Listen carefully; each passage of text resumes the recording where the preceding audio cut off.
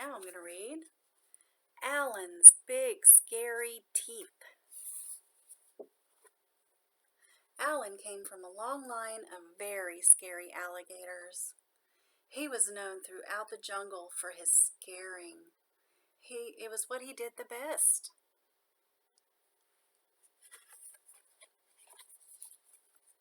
Alan would start each day polishing his scales, sharpening his nails, and brushing each of his big scary teeth for at least 10 minutes at a time.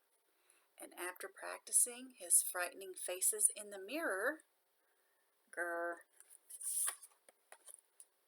he'd sneak into the jungle for his morning round of scaring.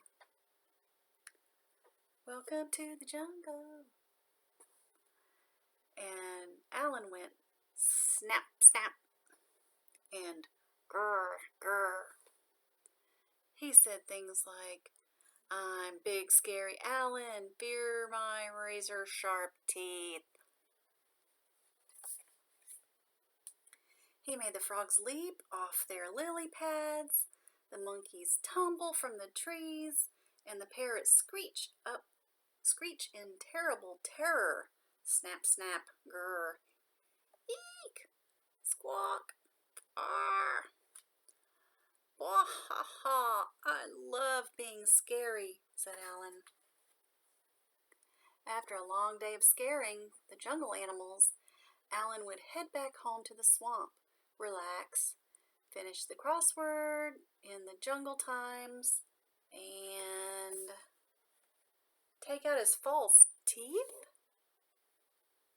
Nobody knew about Alan's false teeth. Good night, teeth. Sweet dreams, my scaly snappers, Alan would say as he put them away carefully in his super secret hiding place. One morning, Barry the Beaver was up early collecting wood and came across a dozing Alan. Terrified that Alan might wake up and gobble him whole, he quickly dived behind a bush. Phew, that was close, thought Barry, just as a set of false teeth fell out of a bush with a very familiar snap, snap.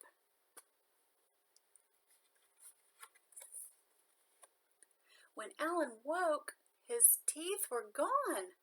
My teeth, my teeth! Where are my teeth? What could he do? Maybe no one would notice? Could he still be scary without them? He decided to head into the jungle as usual. He made the frogs leap off their lily pads, the monkeys tumble from the trees, and the parrots screech with laughter. Alan just wasn't very scary without his teeth. Snap, snap, brrr.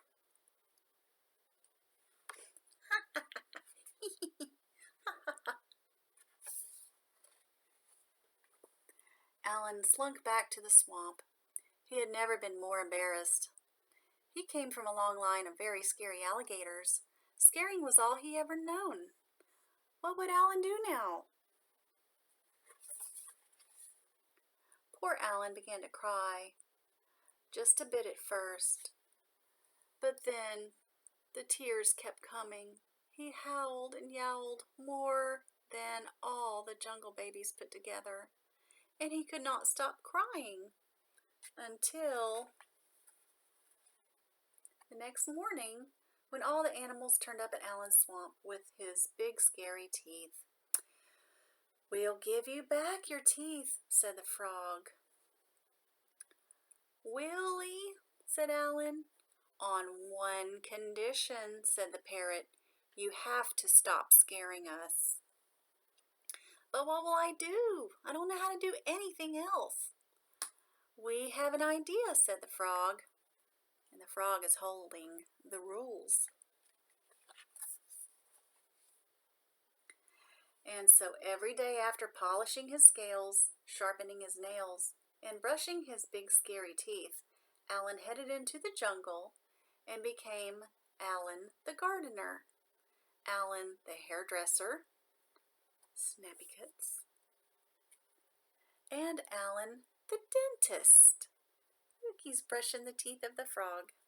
I didn't know frogs had teeth.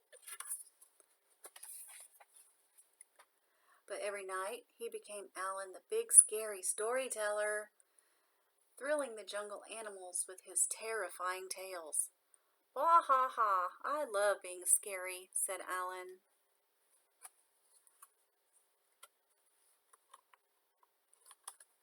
That's it. Well, one more page. And sometimes he would even let Barry borrow his teeth. Grrr. The end. Alan's big scary teeth.